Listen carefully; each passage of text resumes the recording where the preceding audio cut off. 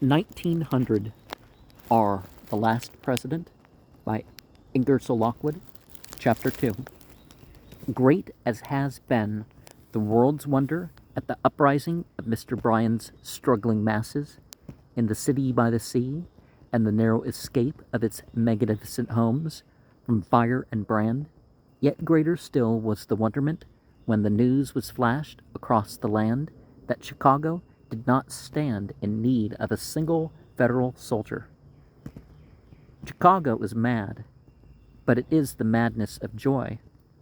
Chicago is in the hands of a mob, but it is a mob made up of her own people, noisy, rude, and boisterous. The natural exultation of a suddenly enfranchised class, but bent on no other mischief than glorifying over the villainous and self-seeking souls who have ground the faces of the poor and turned the pitiless screw of social and political power into the hearts of the common people, until its last thread had been reached, and despair pressed its lupine visage hard against the door of the laboring man. And yet, at this moment, when the night air quivered with the mad vociferations of the common people, that the Lord had been good to them, that the wicked money changers had been driven from the temple, that the stony-hearted usurers were beaten at last, that the people's William was at the helm now, that peace and plenty would in a few moons come back to the poor man's cottage, that silver was king, king at last. The world still went wondering why red-eyed anarchy, as she stood in the Haymarket Square with thin arms aloft, with wild mien and wilder gesticulation, drew no bomb of dynamite, and wilder gesticulation drew no bomb of dynamite from her bosom to hurl at the hated minions of the law who were silent spectators of this delirium of popular joy. Why was it thus? Look, and you shall know why white-robed peace kept step with this turbulent band, and turned its thought from red-handed pillage. He was there, the master spirit, to hold them in leash. He and he alone had lifted Bryan to his great eminence. Without these 24 electoral votes, Bryan had been doomed, hopelessly doomed. He and he alone held the great commonwealth of the West hard and fast in the democratic line. Hence he came as conqueror, as kingmaker, and the very walls of the sky-touching edifices trembled as he was dragged through the crowded streets by this orderly mob, and 10 times 10,000 of his creatures bellowed his name and shook their hats aloft in mad exultation. You are our savior. You've cleaned the temple of liberty of its foul horde of usurers. We salute you. We call you kingmaker. Bryan shall call you master too. You shall have your reward. You shall stand behind the throne. Your wisdom shall make us whole. You shall purge the land of this unlawful crowd of moneylenders. You shall save the republic. You are greater than Washington. You're a better friend of ours than Lincoln. You'll do more for us than Grant. We're your slaves. We salute you. We thank you. We bless you. Hurrah, hurrah, hurrah.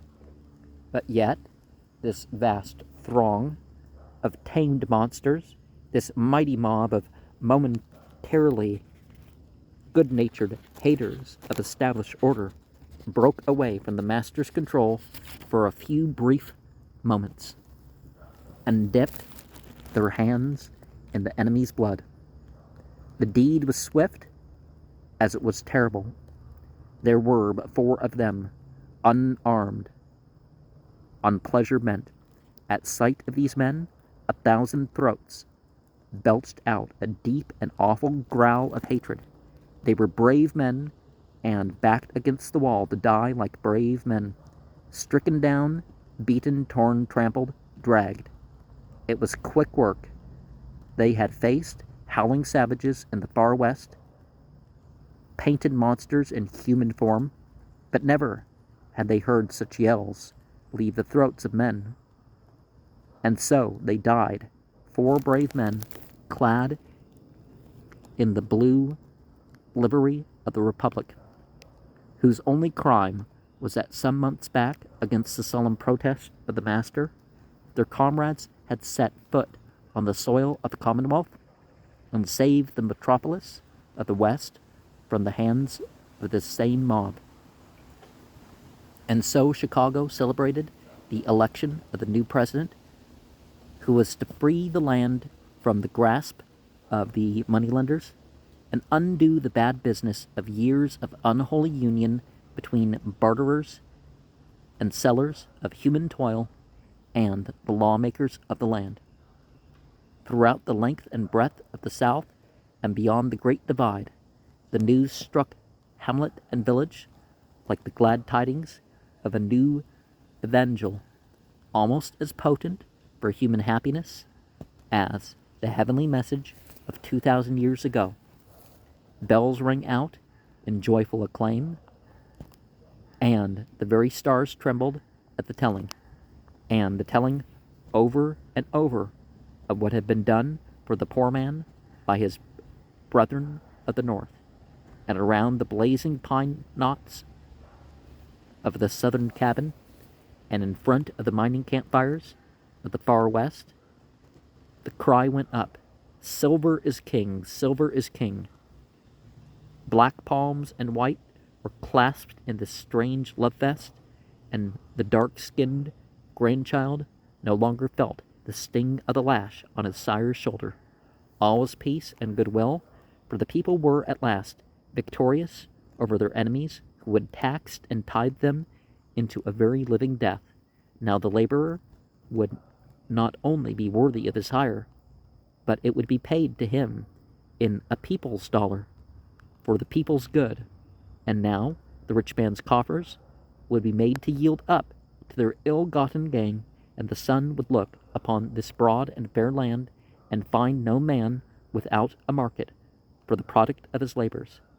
Henceforth the rich man should, as was right and proper, pay a royal sum for the privilege of his happiness, and take the nation's taxes on his broad shoulders where they belong. Now, there's sort of a mix-up with some of this in terms of comparing it to the current situation.